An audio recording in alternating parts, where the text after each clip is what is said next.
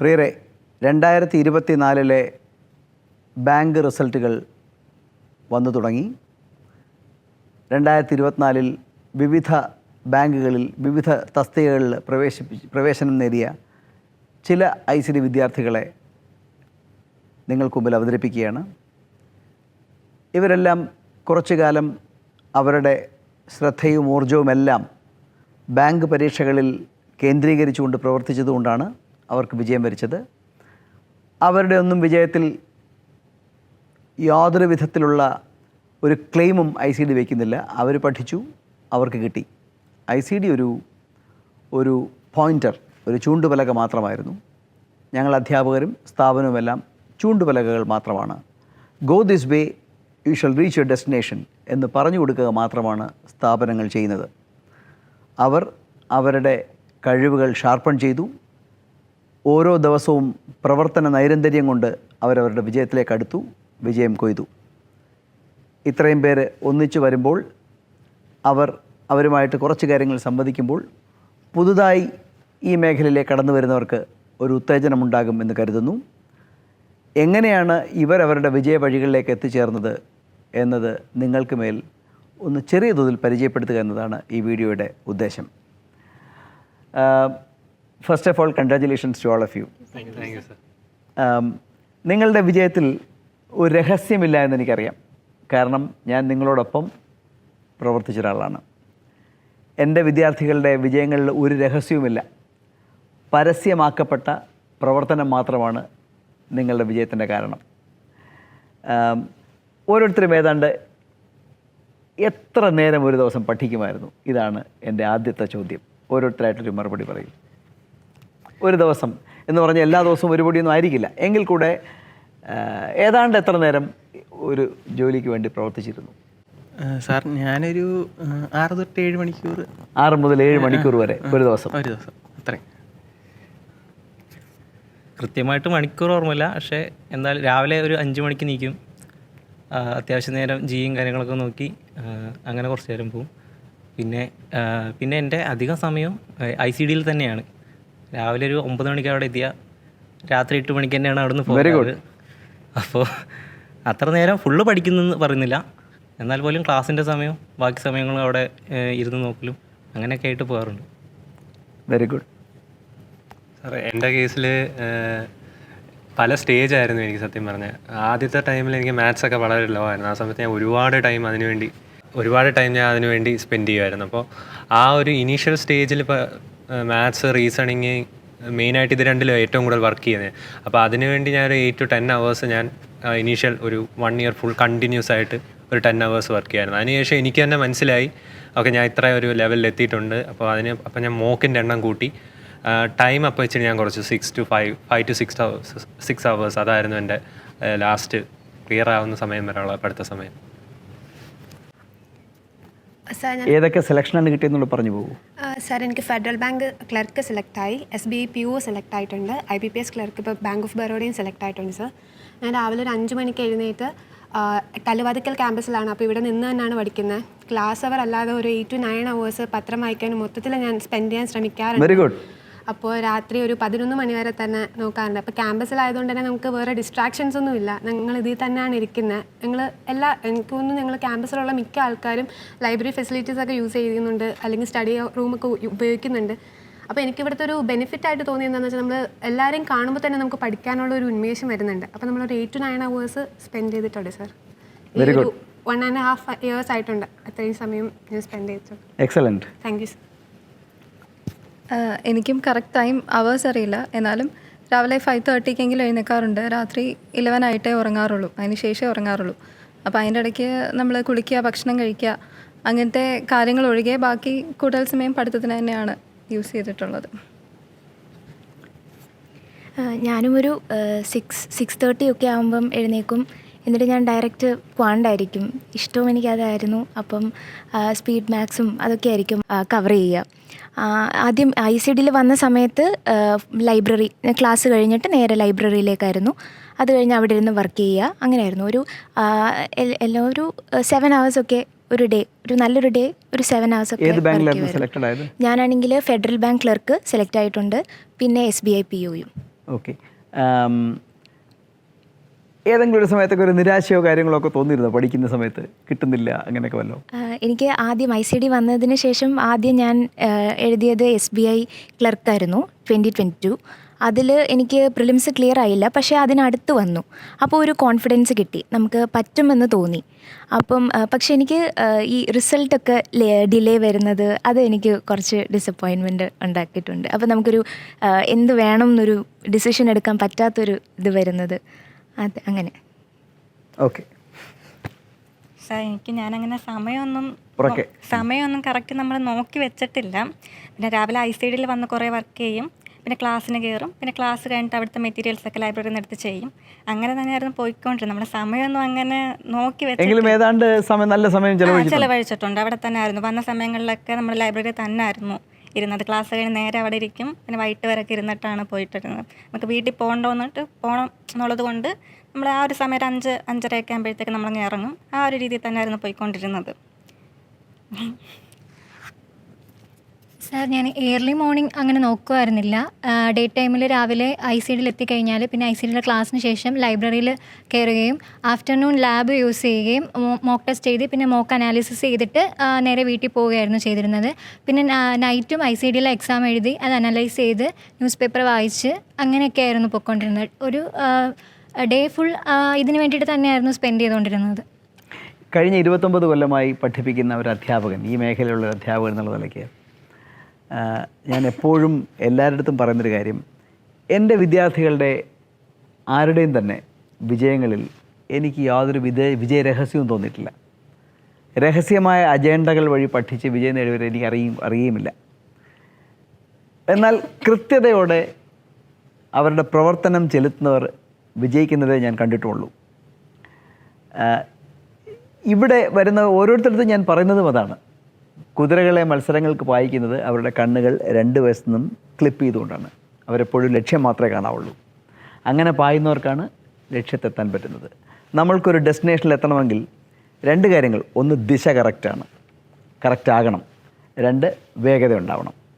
ഇപ്പോൾ നമ്മൾ കല്ലുവാതുക്കൽ ക്യാമ്പസിൽ നിന്നാണ് സംസാരിക്കുന്നത്. ഇവിടുന്ന് 40 കിലോമീറ്റർ നമ്മൾ സൗത്തിലേക്ക് തെക്കോട്ട് യാത്ര ചെയ്താൽ നമുക്ക് തിരുവനന്തപുരത്തെത്താം.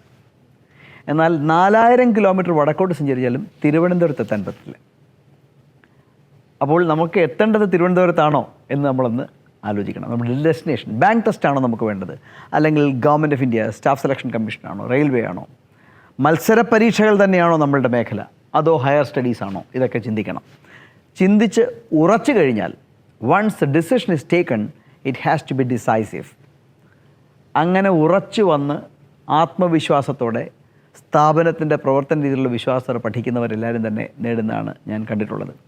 എന്നാൽ കുറച്ച് മുൻപോട്ട് പോകുമ്പോൾ പതറിപ്പോകുന്നവർക്ക് നേട്ടങ്ങൾ ഉണ്ടാക്കാനും കഴിയില്ല. നിങ്ങളുടെ ഈ ഒരു duration that you spend here, നിങ്ങളുടെ time duration that you spend here, നിങ്ങളുടെ ആകുലതകൾ എന്തൊക്കെയായിരുന്നു? എന്തൊക്കെയായിരുന്നു നിങ്ങളുടെ കൺസേൺസ്? കിട്ടുമോ എന്നുള്ള ഭയമൊക്കെ ആയിരുന്നോ? സാർ, ആദ്യത്തെ പ്രിലിംസ് ക്ലിയർ ചെയ്തു. മെയിൻസ് എനിക്ക് 1 മാർക്കിനായിരുന്നു അന്ന് നഷ്ടപ്പെട്ടത്. എൻ്റെ ഫസ്റ്റ് മെയിൻസ് ആയിരുന്നു. ആ സമയത്ത് എനിക്ക് ഒരുപാട് വിഷമം തോന്നി. പക്ഷേ എന്നാലും വിഷമത്തിലുപരി ഇത് ആദ്യത്തെ ഒരു അറ്റംപ്റ്റ് അല്ലേ, അപ്പോൾ എനിക്ക് ഇനി അത് നേടിയെടുക്കാൻ പറ്റുമെന്നുള്ളൊരു കോൺഫിഡൻസാണ് എനിക്കതിൽ കിട്ടിയത്. അതുകൊണ്ട് തന്നെ ഞാൻ പിന്നെയും എക്സാംസ് എഴുതി, മെയിൻസ് അറ്റൻഡ് ചെയ്തു. ക്ലിയർ ചെയ്യാത്തതിൽ വിഷമിക്കാതെ പിന്നീട് എഴുതിക്കൊണ്ടിരുന്നു. അങ്ങനെ അവസാനം എനിക്ക് എക്സാം ക്ലിയർ ചെയ്യാനും പറ്റി. അപ്പോൾ അതിൽ നിന്ന് ഞാൻ മനസ്സിലാക്കിയത് നമുക്ക് എന്നാലും നേടിയെടുക്കാൻ പറ്റും. നമ്മൾ വർക്ക് ചെയ്തുകൊണ്ടിരുന്ന ആർക്കായാലും ഇത് നേടിയെടുക്കാൻ പറ്റും എന്നാണ് എനിക്ക് മനസ്സിലായത്. Very good. എനിക്കും ആദ്യമൊക്കെ പ്രിലിംസ് കിട്ടിയപ്പോൾ നമുക്ക് ഭയങ്കര സന്തോഷമായിരുന്നു. പ്രിലിംസ് നമുക്ക് ക്ലിയർ ചെയ്യാൻ പറ്റിയല്ലോ എന്നോർത്ത്. പക്ഷേ മെയിൻസിന് വന്നപ്പോഴത്തേക്ക് നമ്മൾ പ്രതീക്ഷയാണ് പ്രിലിംസ് കണക്കല്ല, അത്ര എളുപ്പമൊന്നും അല്ലെന്ന് അന്നേരമാണ് മനസ്സിലായത്. അന്നേരം ആദ്യത്തെ മെയിൻസൊക്കെ കഴിഞ്ഞപ്പോഴത്തേക്ക് നല്ല ബുദ്ധിമുട്ട് തോന്നി. ഞാൻ പഠിച്ചത് ഇത്രയും പോരായിരുന്നു, ഇത്തിരിയും കൂടെ പഠിക്കണമായിരുന്നു, അങ്ങനെയൊക്കെ തോന്നി. അങ്ങനെ അതിൻ്റെ കിട്ടാതെ വന്നപ്പോഴും വിഷമം ഉണ്ടായിരുന്നു. ഇത്രയൊക്കെ എത്തിയിട്ട് നമുക്ക് കിട്ടാതെ പോയല്ലോ എന്ന്. പക്ഷേ പിന്നെ നമ്മൾ ശ്രമിച്ചുകൊണ്ടിരുന്നാലേ നമുക്ക് കിട്ടത്തോളം എന്ന് മനസ്സിലായി. ഇനി എന്തൊക്കെ വന്നാലും ഞാൻ നിർത്തി പോകത്തില്ല, എനിക്ക് എന്തെങ്കിലും ഒരു ജോലി ഞാൻ വാങ്ങിച്ചെടുത്തിട്ടേ ഞാൻ ഇവിടുന്ന് പോകത്തോളം എന്ന് എനിക്കൊരു വിശ്വാസം ഉണ്ടായിരുന്നു. അങ്ങനെയായിരുന്നു ഞാൻ നിന്നിരുന്നത്. എന്തായാലും ഇത്രയും ഞാൻ എത്തി. അന്നേരം ഇനി ഇവിടെ വെച്ച് നിർത്തി പോകുന്നതിനേക്കാൾ നല്ലത് ഇത് കണ്ടിന്യൂ ചെയ്യുന്നതായിരിക്കും എന്ന് എനിക്കൊരു, അങ്ങനെയാണ് ഞാൻ ഇവിടെ തന്നെ നിന്നതും. ഗുഡ്. എനിക്കും സർ പ്രിലിംസ് കിട്ടിയില്ല എന്നുള്ളതിനേക്കാളും മെയിൻസ് പോകുമ്പോഴാണ് ഇച്ചിരി കൂടി ഒരു വിഷമം തോന്നിയിരുന്നത്. പിന്നെ അതുപോലെ വേക്കൻസി കുറവൊക്കെ കാണുമ്പം ഒരു ടെൻഷൻ, എഴുതിയിട്ട് നമുക്ക് പറ്റുമോ എന്നൊക്കെ ഒരു ടെൻഷൻ ഉണ്ടായിരുന്നു. അതായിരുന്നു ഉണ്ടായിരുന്നത്. വേക്കൻസി ഇപ്പോൾ കുറയുകയല്ല, കൂടുക ചെയ്യുന്നത്. 1991 probation officer state bank of India examination ഞാൻ പാസ്സാകുമ്പോൾ 296 വേക്കൻസി ഉണ്ടായിരുന്നുള്ളൂ. ഇപ്പോൾ 4000 അല്ലേ, 2000 വേക്കൻസി ആയിരുന്നു. ഓൾമോസ്റ്റ് 8 times ആണ് വേക്കൻസി. അപ്പോൾ വേക്കൻസി കൂടുകയാണ് യഥാർത്ഥത്തിൽ ചെയ്തത്. പക്ഷേ ഓഫ് കോഴ്സ് മത്സരം കൂടിയിട്ടുണ്ട്. ഞങ്ങളുടെ കാലഘട്ടം പോലല്ല, ഇപ്പോൾ കുറച്ചുകൂടെ മത്സരവുമുണ്ട്. അതാണ് വസ്തുത. ശരി. സോ ഞാൻ ലിറ്ററേച്ചർ ബാക്ക്ഗ്രൗണ്ടിൽ നിന്ന് വന്നുകൊണ്ട് തന്നെ എനിക്ക് തന്നെ ആദ്യമേ കുറേ സെൽഫ് ഡൗട്ട് ഉണ്ടായിരുന്നു, എന്നെക്കൊണ്ട് ഈ മാത്സ് ഒക്കെ ചെയ്തെടുക്കാൻ പറ്റുമെന്ന്. ഞാൻ മാത്സിൽ ഞാനൊരു ആവറേജ് സ്റ്റുഡൻ്റ് ആയിരുന്നു മാത്സിൽ. അപ്പോൾ ഇതിൻ്റെ സെക്കൻഡ് ഇയർ ആണ് ഞാൻ ക്ലിയർ ചെയ്യുന്നത്. അപ്പോൾ ഫസ്റ്റ് ഇയർ കഴിഞ്ഞപ്പോഴേക്കും എല്ലാവരും പറഞ്ഞു എന്നെക്കൊണ്ട് പറ്റുന്നില്ലെങ്കിൽ നിർത്തിക്കോ, നമുക്ക് വേറെ എന്തെങ്കിലും ചെയ്യാമെന്നൊക്കെ. പക്ഷേ എനിക്കറിയാം ഞാൻ എൻ്റെ ട്രാക്കിലാണെന്ന്. അതുകൊണ്ട് എൻ്റെ ഒരു ഉറപ്പിലാണ് ബാക്കിയുള്ളവർ എൻ്റെ ഷർട്ടിലാണ് പിടിച്ചു നിന്നത്. അല്ലായിരുന്നെങ്കിൽ എപ്പോഴും ഞാൻ ഡ്രോപ്പ് ചെയ്യേണ്ടി വന്നേനെ. പക്ഷേ എനിക്കൊരു സെൽഫ് കോൺഫിഡൻസ് ഉണ്ടായിരുന്നു, ഞാൻ ഇതിൽ നന്നായിട്ട് വർക്ക് ചെയ്ത് എനിക്ക് കിട്ടുമെന്ന്. അങ്ങനെ തന്നെ കിട്ടി. ഒടുവിൽ എല്ലാ സന്തോഷവും വന്നു. അതെ സർ, ഞാൻ 2022 ഒക്ടോബർ ബാച്ചിലാണ് ഇവിടെ ജോയിൻ ചെയ്യുന്നത്. ഡിസംബറിലുണ്ടായിരുന്ന SBIPയുടെ പ്രിലിംസ് എനിക്ക് ക്വാളിഫൈ ചെയ്യാനായിട്ട് പറ്റി. അപ്പോൾ ഞാൻ മെയിൻസിന് വേണ്ടി പ്രിപ്പയർ ചെയ്ത് തുടങ്ങിയിട്ടില്ലായിരുന്നു. അപ്പോൾ ആ മെയിൻസ് എനിക്ക് പോയതിൽ വിഷമില്ലായിരുന്നു. ഈ 2023 RRB വന്ന സമയത്ത് 0.25 എനിക്ക് ഒന്ന് സെക്ഷനിൽ ക്ലിയർ ചെയ്യാൻ പറ്റിയില്ല, ഒരു വേണ ഒന്നിൽ 0.5 എനിക്ക് ഓവറോൾ ക്ലിയർ ചെയ്യാൻ പറ്റിയില്ല. അപ്പോൾ അത്രയും ചെറിയൊരു മാർക്കിൻ്റെ വ്യത്യാസത്തിലൊക്കെ ആദ്യം പോയപ്പോൾ എനിക്ക് നല്ല വിഷമം ഉണ്ടായിരുന്നു. അത് കഴിഞ്ഞിട്ട് എനിക്ക് ഫെഡറൽ ക്ലർക്ക് കിട്ടി. അപ്പോൾ അത് കഴിഞ്ഞ് സന്തോഷം. അത് കഴിഞ്ഞിപ്പോൾ SBIPOയും IBPS ക്ലർക്കും കിട്ടിയപ്പോൾ അതിലേറെ സന്തോഷം. Very good. താങ്ക്സ് സാർ, ഞാൻ 2022 ഫെബ്രുവരി ബാച്ചിലാണ് കയറിയത്. അപ്പോൾ അന്ന് മുതൽ എനിക്ക് മാത്സ് ഇച്ചിരി ടഫാണ്. എനിക്ക് അത്ര സ്പീഡില്ല. എൻ്റെ മെയിൻ പ്രോബ്ലത്തിലൊന്നും അതായിരുന്നു. അപ്പോൾ എനിക്കറിയായിരുന്നു കുറച്ച് സമയം എടുക്കും. അപ്പോൾ അറൗണ്ട് 7 months വർക്ക് ചെയ്തതിന് ശേഷമാണ് SBI ക്ലർക്കിൻ്റെ ആദ്യത്തെ പ്രിലിംസ് 22 ഞാൻ ക്ലിയർ ആവുന്നത്. അപ്പോൾ ഒരു കോൺഫിഡൻസ് ആയിരുന്നു. പിന്നെ ഞാൻ ഇരട്ടി വർക്ക് ചെയ്യാൻ തുടങ്ങി. അങ്ങനെ പിന്നെ ഒരു ഡിസപ്പോയിൻമെൻറ്റ് എനിക്ക് ആദ്യം ഫീൽ ചെയ്തത് RRB ക്ലർക്കും POയും രണ്ടും പ്രിലിംസ് പോലും ക്ലിയർ ചെയ്യാൻ പറ്റിയില്ല. അപ്പോൾ അത് എനിക്ക് മനസ്സിലായി, അതിനകത്ത് ഇംഗ്ലീഷ് ഇല്ല. എൻ്റെ ഒരു സ്ട്രോങ് പോയിൻ്റ് ഇംഗ്ലീഷാണ്. ഇംഗ്ലീഷ് ഇല്ലാതെ വന്നപ്പോൾ അവിടെയാണ് എനിക്ക് ഈ 2 വർഷത്തിനിടയിൽ ഏറ്റവും കൂടുതലൊന്ന് ഡൗൺ ആയി തോന്നിയത്. എനിക്കിത് ഇനി പറ്റുമോ? പക്ഷേ അത് അപ്പോഴേ ഞാനത് കളഞ്ഞു, അടുത്ത സ്റ്റേജിലോട്ട് കയറി പിന്നെയും പഠിച്ചു. SBIPOയും ക്ലിയർ ചെയ്തു, IBPS ക്ലിയർ ചെയ്തു. പരീക്ഷകൾ ക്ലിയർ ആവത്തതിൽ അങ്ങനെ സങ്കടങ്ങളൊന്നും തോന്നിയിട്ടില്ല. പക്ഷേ നമ്മുടെ ഒരു ഇമ്പ്രൂവ്മെൻറ്റ് കാണാത്തപ്പോഴാണ് എനിക്ക് വിഷമം വരാറുണ്ടായിരുന്നു. പക്ഷേ എന്നാൽ പോലും നമ്മൾ തിരിഞ്ഞു നോക്കുമ്പോൾ നമ്മൾ ഒത്തിരി ഇമ്പ്രൂവ് ആയിട്ടുണ്ട്. അപ്പോൾ അങ്ങനെ ചെയ്ത് വരുമ്പോൾ മാത്രമേ നമുക്ക് കൂടുതൽ നമ്മൾ അതിനോട് എത്തുള്ളൂ. അപ്പോൾ നമ്മൾ വർക്ക് ചെയ്യുക എന്നുള്ളതാണ് ഇതെന്ന് മനസ്സിലായത്. അപ്പോൾ അങ്ങനെ കൂടുതൽ വിഷമമൊന്നുമില്ല, കിട്ടിയതിൽ സന്തോഷം. Very good. സാർ, എനിക്ക് ഏറ്റവും കൂടുതൽ വിഷമം തോന്നിയിട്ടുള്ളത് RRB PO. എനിക്ക് ഫൈനൽ കട്ട് ഓഫ് 0.5 പോയത്. അപ്പം ഞാൻ ഇങ്ങനെ വിചാരിച്ച് എല്ലാം ആ ഒരു ദിവസത്തെ ലക്കാണോ എന്തുവാണെന്ന് എനിക്കറിയില്ല. നമ്മൾ എക്സാം എഴുതുന്ന ആ ഒരു ദിവസം അതെങ്ങനെ, അതായത് അന്ന് ഞാൻ ചിലപ്പം ഒരു ക്വസ്റ്റ്യൻ തെറ്റിച്ചൊരു ക്വസ്റ്റ്യൻ ഞാൻ ചെയ്യാതിരുന്നാൽ പോലും എനിക്കത് കിട്ടുമായിരുന്നു. അങ്ങനെ പോയപ്പം ഭയങ്കര വിഷമമായിരുന്നു സാർ. അത് കാരണമായിരിക്കണം എനിക്ക് SBIPO കിട്ടിയെന്ന് എനിക്ക് സംശയമാണ്. ആ വിഷമത്തിലാണ് പിന്നെ ഇൻ്റർവ്യൂവിനും എല്ലാത്തിനും വേണ്ടി ഞാൻ പഠിച്ചിട്ടുള്ളത്. നിങ്ങളെല്ലാവരും കുറച്ചു കാലം ICDയിൽ പഠിച്ച് ജോലി കിട്ടിയവരാണ്. നിങ്ങളുടെ ഒന്നും വിജയത്തിൽ യാതൊരു മാജിക്കുമില്ല എന്ന് ഞാൻ പറഞ്ഞ് സമർത്ഥിക്കാൻ ശ്രമിക്കുകയും ചെയ്തു. ICDയുടെ സ്ട്രെങ്ത് എവിടെയാണ്? നിങ്ങളുടെയൊക്കെ watts the strength of ICD, അല്ലെങ്കിൽ ICD എന്നത് നിങ്ങൾ എങ്ങനെ ഉപയോഗിച്ചാണ് നിങ്ങളുടെ വിജയത്തിലേക്ക് നിങ്ങൾ കടന്നുകൂടിയത്? What's the strength of ICD നിങ്ങളുടെ ഒപ്പീനിയനിൽ ഓപ്പണായിട്ട് പറയുക. സാർ, ICDയുടെ സ്ട്രെങ്ത്ത് അവിടെ കിട്ടുന്ന ഫെസിലിറ്റീസാണ് ഏറ്റവും വലിയ സ്ട്രെങ്ത്ത്. പിന്നെ അവിടുത്തെ ടീച്ചേഴ്സ് പറഞ്ഞു തരുന്ന, നമ്മുടെ ക്ലാസ് കഴിഞ്ഞ് പിന്നെ നമുക്ക് വർക്ക് ചെയ്യാനുള്ള സ്ഥലം, അവിടെ നമ്മളൊരു ഒരു നല്ലൊരു ഗ്രൂപ്പിലാണ് നമ്മൾ വരുന്നതെങ്കിൽ നമുക്ക് ഭയങ്കരമായിട്ട് ഹെൽപ്ഫുള്ളായിരിക്കും. നമുക്ക് നമ്മുടെ ചിലപ്പോൾ നമ്മൾ ചെയ്യുന്ന സ്ട്രാറ്റജി ചിലപ്പോൾ തെറ്റായിരിക്കാം. അപ്പം നമുക്കൊന്ന് കമ്പയർ ചെയ്യാൻ ഒരാളെ കിട്ടും. നമ്മൾ ഒറ്റയ്ക്ക് പഠിക്കുമ്പോൾ അത് കിട്ടത്തില്ല ഒരിക്കലും. വീട്ടിൽ ഇരുന്നാൽ ഞാൻ പഠിക്കുന്നതെങ്കിൽ വേറൊരാൾ പറഞ്ഞു തരുമ്പോൾ നമുക്ക് നേരത്തെ വിജയിച്ചിട്ടുള്ള ഒരാൾ പറഞ്ഞു തരുമ്പം നമുക്ക് പെട്ടെന്ന് ആ ട്രാക്കിലേക്ക് എത്താം. അങ്ങനെ പുറത്തു പോകാതെ നമുക്ക് പെട്ടെന്ന് ഒരു ഗോളിലേക്ക് കുറച്ചുകൂടെ നല്ലപോലെ എത്താൻ അങ്ങനെ ഒരു ഇൻസ്റ്റിറ്റ്യൂട്ടിലോ ICDയിലോ ICD പഠിക്കുന്നത് കൊണ്ട് നമുക്ക് കിട്ടും. അതാണ് എനിക്ക് ഏറ്റവും വലിയൊരു പ്ലസ് പോയിൻ്റ് ആയിട്ട് കിട്ടിയത്. Very good. ICD ഒരു പ്ലസ് പോയിൻ്റായിട്ട് എനിക്ക് തോന്നുന്നത് ഇതൊരു കോമ്പറ്റീറ്റീവ് എക്സാമാണ്. അപ്പോൾ ICD പഠിക്കുമ്പോൾ നമുക്ക് കറക്റ്റായിട്ട് മനസ്സിലാവും. അവിടുത്തെ കുട്ടികളൊക്കെ അത്രയും മികച്ച കുട്ടികളാണ്. അപ്പോൾ അവരോടൊപ്പം പഠിക്കുമ്പോൾ നമുക്ക് കുറച്ചുകൂടി ഉയരണം എന്നുള്ള ചിന്ത എപ്പോഴും ഉണ്ടാകും. ക്ലാസ്സിൽ തന്നെ എക്സാമൊക്കെ നടത്തുമ്പോൾ തന്നെ നമുക്ക് മനസ്സിലാവും ഇനി ഇവരോടൊപ്പം എത്തണം, ഇതും കടന്നു പോയാലേ നമുക്ക് ജയിക്കാൻ പറ്റൂ. അപ്പോൾ അങ്ങനൊരു ഇതിനെക്കുറിച്ചുള്ളൊരു വ്യക്തമായ ധാരണ നമുക്ക് ICD നിന്ന് കിട്ടും. മത്സരം എന്താണെന്ന് കറക്റ്റായിട്ട് മനസ്സിലാക്കാൻ കഴിയുന്നുണ്ട്. എൻ്റെ സുഹൃത്ത് പറഞ്ഞോളം തന്നെ എനിക്കും കോമ്പറ്റീഷൻ എന്താണ്, എന്തുമാത്രം കുട്ടികൾ ഇതിനു വേണ്ടി പ്രിപ്പയർ ചെയ്യുന്നു, ടൈം സ്പെൻഡ് ചെയ്യുന്നു എന്ന് എനിക്ക് ICD വന്നപ്പോഴാണ് മനസ്സിലായത്. ആ കോമ്പറ്റീറ്റീവ് എൻവയോൺമെൻറ്റ് എന്ന് പറയുന്നത് ഇതുപോലെ ഒരു ഇൻസ്റ്റിറ്റ്യൂട്ടിൽ മാത്രമേ നമ്മൾ ചെന്നാലേ കിട്ടത്തുള്ളൂ. അതെനിക്കന്ന് മനസ്സിലായി. പിന്നെ ഏറ്റവും കൂടുതൽ ഹെൽപ്ഫുള്ളായെന്ന് പറഞ്ഞു കഴിഞ്ഞാൽ അവിടുത്തെ ലൈബ്രറി ഫെസിലിറ്റി ഞാൻ ഒരുപാട് ഇനീഷ്യൽ ടൈമിൽ എൻ്റെ മാത്സ് ഇമ്പ്രൂവ് ചെയ്യാനൊക്കെ ഒരുപാട് യൂസ് ചെയ്തു. അത് വളരെ വലിയൊരു പ്ലസ് പോയിൻ്റ് ആയിരുന്നു എനിക്ക്. അങ്ങനെ കോമ്പറ്റീഷൻ ആയിട്ട് ബന്ധപ്പെട്ടുള്ള കാര്യങ്ങളാണ്, അതെങ്ങനെ ഫേസ് ചെയ്യണം, അതിനുള്ള അഡ്വൈസുകൾ, അതെല്ലാം എനിക്ക് ICDയിൽ നിന്ന് തന്നെയാണ് കിട്ടിയത്. അതൊരുപാട് ഹെൽപ്ഫുള്ളായിരുന്നു. സർ, ലൈബ്രറി ഫെസിലിറ്റി പോലെ തന്നെ ലാബ് ഫെസിലിറ്റീസും നമുക്കിപ്പോൾ സ്പീഡ് ഇമ്പ്രൂവ് ചെയ്യാനൊക്കെ ഒത്തിരി ഹെൽപ്പ് ചെയ്തിട്ടുണ്ട്. നമ്മൾ ചെയ്യുന്ന മോക്കിൻ്റെ എണ്ണം കൂടുന്നത് നമ്മൾ ലാബിൽ വന്ന് ചെയ്താൽ മാത്രം എനിക്ക് സ്പീഡ് കൂടുതലായിട്ട് തോന്നി. അതുപോലെ ഫാക്കൽറ്റീസും ടീച്ചേഴ്സും നല്ല ഹെൽപ്പ് ചെയ്തിട്ടുണ്ട്. നമ്മളിപ്പോൾ ക്ലാസ്സസ് ഒക്കെ കഴിഞ്ഞിട്ട് എന്ത് ക്വസ്റ്റ്യൻസ് കൊണ്ടു കൊടുത്താലും ടീച്ചേഴ്സ് എനിക്ക് ഒത്തിരി ഹെൽപ്പ് ചെയ്തിട്ടുണ്ട്. അപ്പോൾ എനിക്ക് ഫാക്കൽറ്റീസും നമ്മളെ നന്നായിട്ട് ഹെൽപ്പ് ചെയ്തിട്ടുണ്ടെന്ന് തോന്നിയിട്ടുണ്ട്. ICD കല്ലുവാതുക്കൽ ക്യാമ്പസിൻ്റെ ആംബിയൻസ് ആണ് എനിക്ക് ഏറ്റവും വലിയൊരു കാര്യമായിട്ട് തോന്നിയത്. കാരണം ഇവിടെ എവിടെ വേണമെങ്കിലും ഇരുന്ന് പഠിക്കാം. നമുക്ക് നല്ല ഫ്രീഡം ഉണ്ട്. രാവിലെ മുതൽ രാത്രി ഒരു 10-10:30 വരെ ഹോസ്റ്റലിൻ്റെ അകത്ത് കയറുന്ന സമയം വരെ നമുക്ക് സ്റ്റഡി ഹാളിലോ ലാബിലോ ലൈബ്രറിയിലോ എവിടെ വേണമെങ്കിലും ടൈം സ്പെൻഡ് ചെയ്യാം. അപ്പോൾ നമുക്ക് ഗ്രൂപ്പായിട്ടിരുന്ന് പഠിക്കാം, ഇൻഡിവിജ്വലായി പഠിക്കാം. ഒരു ഡിസ്ട്രാക്ഷൻസും ഇവിടെ ഇല്ല.